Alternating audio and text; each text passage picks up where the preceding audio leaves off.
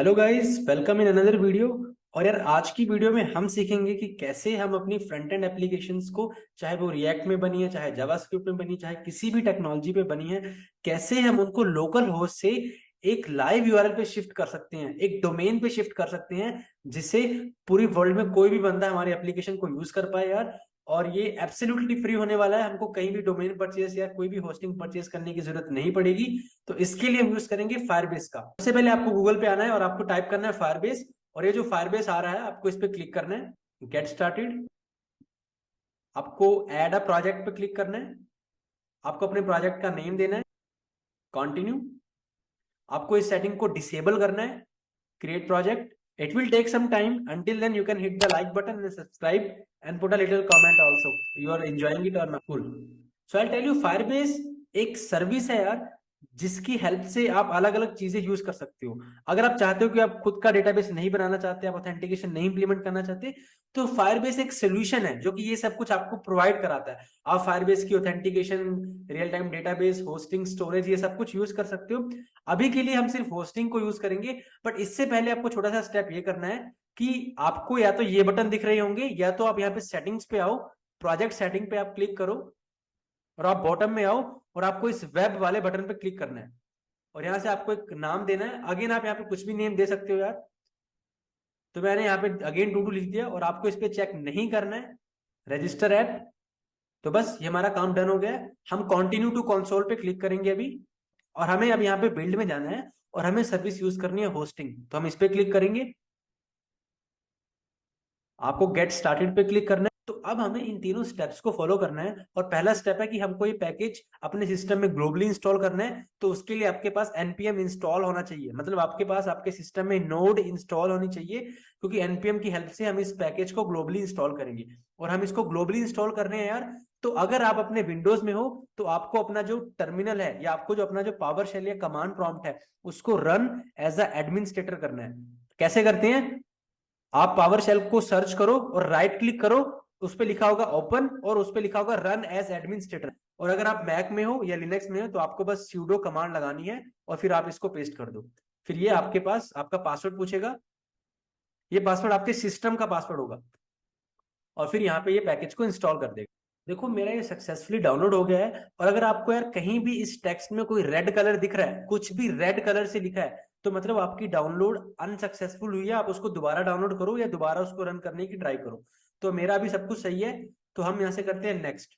तो अब यार, आपको अपने प्रोजेक्ट के अंदर जाना है, जिसको आप होस्ट करना चाहते हो, और उस प्रोजेक्ट की रूट डायरेक्टरी, जो मेन डायरेक्टरी है, उसके अंदर जाना है। ऐसा नहीं कि आप सोर्स फोल्डर के अंदर जाके टर्मिनल खोल रहे हो। देखो, मैं इस प्रोजेक्ट की रूट डायरेक्टरी में हूं, और यहाँ पे आपको एक कमांड लिखनी है, फायरबेस लॉगिन।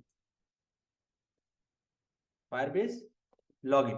तो मैं ऑलरेडी लॉगिन हूं, तो मुझे दिखाएगा ऑलरेडी लॉग्ड इन। बट आपको ये वेब ब्राउजर में ले जाएगा, वहां पे अपने अकाउंट से लॉगिन करो, और वो अपने आप यहाँ पे सक्सेसफुल हो जाएगा। उसके बाद आपको लिखनी है कमांड फायरबेस इनिट। और हम इस फायरबेस को कैसे यूज कर पा रहे हैं यार, क्योंकि हमने इसको ग्लोबली इंस्टॉल किया था विद एडमिनिस्ट्रेटर और sudo।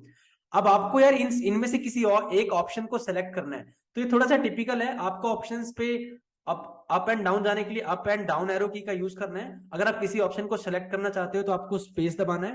देखो, जैसे ही मैंने स्पेस दबाया, ये हाईलाइट हो गया। और अब अगर आप एंटर दबाओगे, तो ये सिलेक्ट हो जाएगा। तो हमें होस्टिंग चाहिए, बट यहाँ पे दो तरह की होस्टिंग है। तो हमें फर्स्ट वाली चाहिए, कॉन्फ़िगर फाइल्स वाली, ना कि गिटहब एक्शंस वाली। तो हम इस पे जाएंगे, स्पेस दबाएंगे। ऊपर वाला हमें नहीं चाहिए, तो इस पे दोबारा स्पेस दबा देंगे। अब नीचे आए, अब ये मुझे चाहिए। मैंने स्पेस दबा दिया है, अब मैं एंटर दबाऊंगा। अब use an existing project, enter. अब मुझे मेरे सारे के सारे प्रोजेक्ट की लिस्ट दिखाएगा। ये सब प्रोजेक्ट कहां से आ रहे हैं यार? अगर मैं आपको दिखाऊं अभी इसको एग्जिट करके, फायरबेस पे देखो, मेरे पास ये सारे के सारे प्रोजेक्ट हैं। तो मुझे किस प्रोजेक्ट में जाना है? मुझे टू डू में जाना है, और उसकी आईडी क्या है? To do 1814819।